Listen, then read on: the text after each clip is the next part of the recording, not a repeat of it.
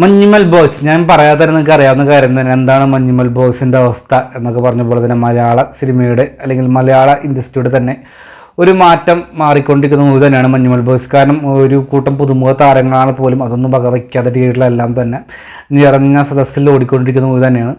ആ മഞ്ഞുമൽ ബോയ്സിൻ്റെ ഡീകോഡിങ് ആയിട്ടുള്ള ഡീറ്റെയിൽ ആയിട്ടുള്ള ഒരു വീഡിയോ നമ്മുടെ ചാനൽ പറഞ്ഞിട്ടുണ്ട്. കാണാൻ താല്പര്യം വീഡിയോ ഒന്ന് കണ്ടു നോക്കുക. മഞ്ഞുമൽ ബോയ്സിനെ കുറിച്ച് പറയുമ്പോൾ ഒട്ടനവധി പോസിറ്റീവ്സും ഒരു നെഗറ്റീവ്സും പോലും ഇല്ല എന്നാണ് കണ്ടപ്പോൾ എനിക്ക് തോന്നിയിട്ടുള്ളത്.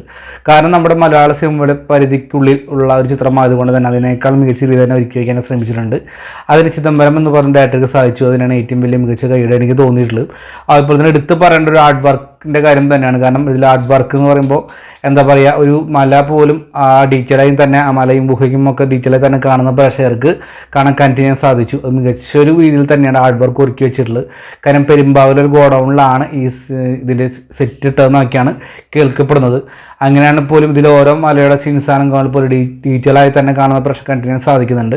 പിന്നെ മറ്റൊരു ഘടകമായിട്ട് ഇതിൻ്റെ ബാരൽ സ്കോറാണ്. സുശാം എന്ന് പറയുന്ന അദ്ദേഹത്തിൻ്റെ ഒരു മാന്ത്രികത ഇതിലും കാണാൻ സാധിച്ചു.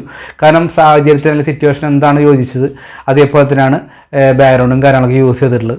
അതുപോലെ എടുത്തുകൊണ്ട് കഥാപാത്രങ്ങളുടെ മികച്ച പ്രകടനങ്ങൾ, കാരണം നമ്മൾ പല ചിത്രങ്ങൾ കണ്ടിട്ടുള്ളതാണ്. ആ കഥാപാത്രങ്ങൾക്ക് യോജിച്ച ചില കഥാപാത്രങ്ങളാണ് വീണ്ടും അവർ ചെയ്യുന്നുണ്ടാവുക. പക്ഷേ ആ രീതിയിലൊന്നും ഇല്ലാതെ തന്നെ ഇതിന് ഏത് കഥാപാത്രമാണ് യോജിച്ച് സിറ്റുവേഷൻ അനുസരിച്ചുള്ള ഓരോ അവരുടെ റോളെല്ലാം ഗംഭീരമായി തന്നെ ചെയ്തു. ശ്രീനാഥ് ബാസിബിൾ, സോബിൻ സാഗർ, അതുപോലെ തന്നെ ഗണപതി, ബാക്കി എല്ലാ വ്യക്തികളും എടുത്തു പറയുന്ന സലീം കുമാറിൻ്റെ മകനായിട്ട് ചില കഥാപാത്രം, അതുപോലെ തന്നെ നമുക്ക് ഗാലിക് റഹ്മാൻ എന്ന് പറയുന്ന ഡയറക്ടറുള്ള അദ്ദേഹം ഒരു ഡ്രൈവറുടെ വേഷമാണ് ഇതിൽ ചെയ്തിട്ടുള്ളത്.